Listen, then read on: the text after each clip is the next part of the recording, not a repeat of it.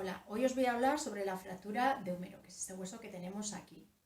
Imaginaos, esta es la cabeza, que forma el muñón del hombro y vendría aquí. ¿Cuáles son las formas de rompernos el húmero? Pues en un tanto por ciento la forma más fácil y a la vez un poco más tonta es cuando nos hemos tropezado. Pues vamos despistados, no levantamos el pie, nos comimos un bordillo o nos tropezamos y nos vamos a caer sobre ese hombro o con la mano abierta, y la fuerza con la que caemos pues va a hacer que esto se rompa o se impacte. Cuando hemos tenido accidentes automovilísticos o nos hemos caído de la moto o en bici o deportes por un contacto directo más brusco que puede hacer que se rompa. ¿Cuáles los síntomas que vamos a tener? Pues principalmente mucho dolor, se nos va a empezar a inflamar, crepitación e impotencia funcional. Yo instintivamente me voy a pegar el brazo y cada vez que lo mueva un poco pues me va a doler. A las 48 horas o así va a aparecer un hematoma en la cara lateral y que a veces se extiende en la zona del tórax e incluso puede llegar al pecho y se nos va a inflamar mucho. Dependiendo de qué zona se nos haya roto, si aquí en la cabeza del húmero tenemos un piquillo, que es el troquíter, que es donde se van a insertar el manguito rotador, que nosotros hablamos mucho, sobre todo el supraespinoso, que luego pues, puede limitar más la movilidad, aparte de tener una fractura. El cuello quirúrgico, que es esta zona de aquí. El problema que mayor tiene es que está vascularizada por una arteria circunfleja, que es la que irriga la cabeza, y si esa se lesiona, pues no le llega a riego y esa zona pues se va a morir. Entonces hablaremos de una necrosis avascular. La parte de la diáfisis pues pasa una serie de nervios, uno de ellos muy importante es el radial y la arteria. ¿Qué va a pasar si tenemos una lesión aquí? Pues que encontraríamos una mano que se llama péndula caída, que va a costar levantar los dedos y hacer la supinación. O a la hora de coger cosas pues no vamos a tener fuerza, se nos va a caer, o unas sensaciones raras en todo su recorrido, que sería esta zona del dorso de la mano. ¿Qué va a hacer el médico? Pues dependiendo de la radiografía como lo vea, si está lo puede inmovilizar para intentar reducirlo, o si hay trocillos. Si normalmente se puede reducir, pues se inmoviliza con un cabestrillo unas 6 semanas y luego empezaremos la rehabilitación. Si la fractura está muy mal, está separada, o en personas más mayores, ¿qué se intenta hacer? Pues se opera. Nos van a poner una placa con tornillos.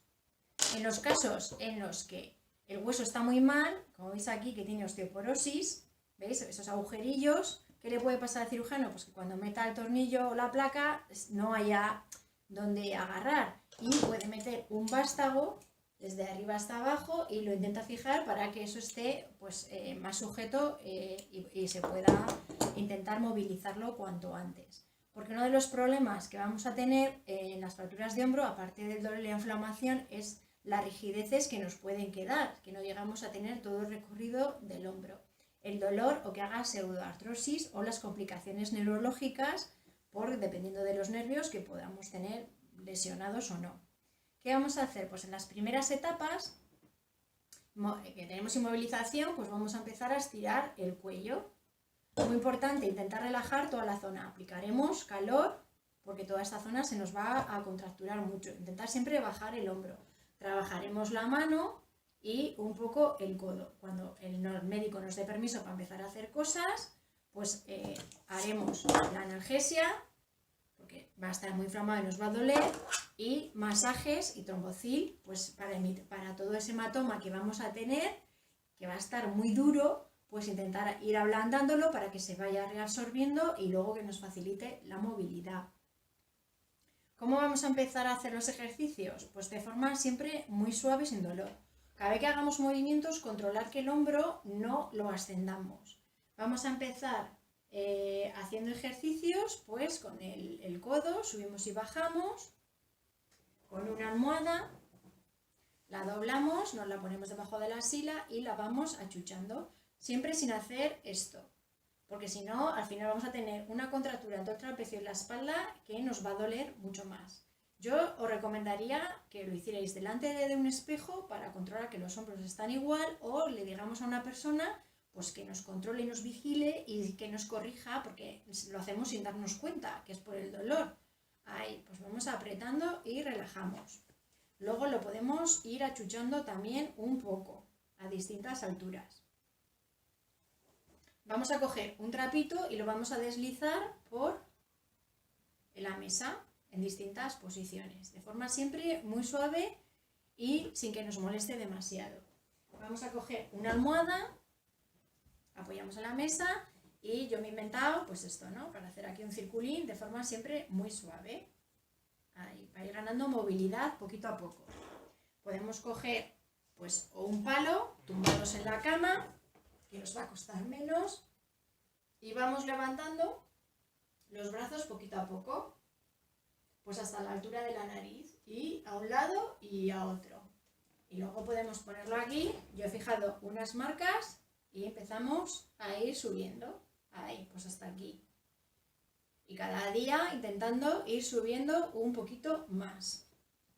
Estos serían los primeros ejercicios para hacer. Luego vamos a ver otros ejercicios. Pendular, que también sería espalda derecha, dejo caer y movilizo hacia adelante y hacia atrás.